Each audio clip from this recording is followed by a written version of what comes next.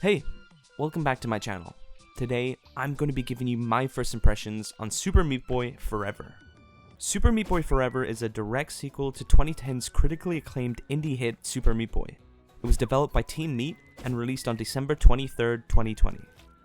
It follows the same gameplay formula for the most part, where you have to make your way through challenging platforming levels while also avoiding the stage's wide array of hazards. Unlike its predecessor, Super Meat Boy Forever is an endless runner with procedurally generated levels. This not only makes room for amazing replayability, but also adds another layer to the gameplay. Speaking of the gameplay, it uses a 2-button system, jumping and diving. Hitting the jump button while in the air will cause Meat Boy to punch, giving him some extra distance. The same goes for sliding. The punching in particular has a very satisfying feel to it, and it felt great when I got the timing spot on. As well as the worlds, the enemies are also randomly selected for you, but you can customize them to a certain extent. This being an endless runner means the screen is always catching up to you. So, if you miss a jump or an opening, Meat Boy will continue running to the edge until he dies. This mechanic made me think more about my choices before executing them. There's a clever mix of platforming and puzzles that made me learn the solutions through trial and error, and thanks to the quick respawn timer that remains from the first game, I never had enough time to get frustrated. Difficulty is another aspect that Super Meat Boy Forever borrows from its prequel. This game is hard. Some levels' death counters would easily be close to 100, and that's not even mentioning the boss fights or the Dark World levels, which I died even more in.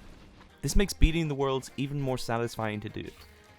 You can also unlock playable characters by beating certain criteria, such as collecting pacifiers that are in hard to reach spots. This provides an even bigger challenge for completionists.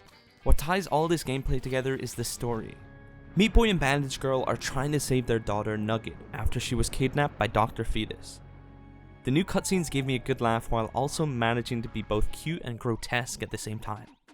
The characters you meet in Forever's brief campaign will be a nice reward for the challenges beforehand. Now visually, this is a step up from the original and it really helps in the gameplay. Meat Boy is slimy, and the graphics show that well, along with the colourful cast of enemies and hazards. I never got tired of the visuals while dying almost 200 times in one level.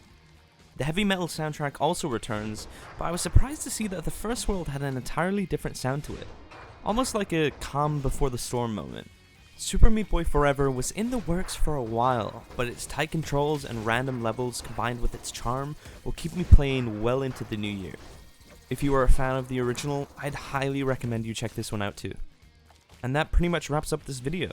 If you enjoyed it, feel free to like, and if you want to see more content similar to this, feel free to subscribe. I'll see you next time. Thanks for watching.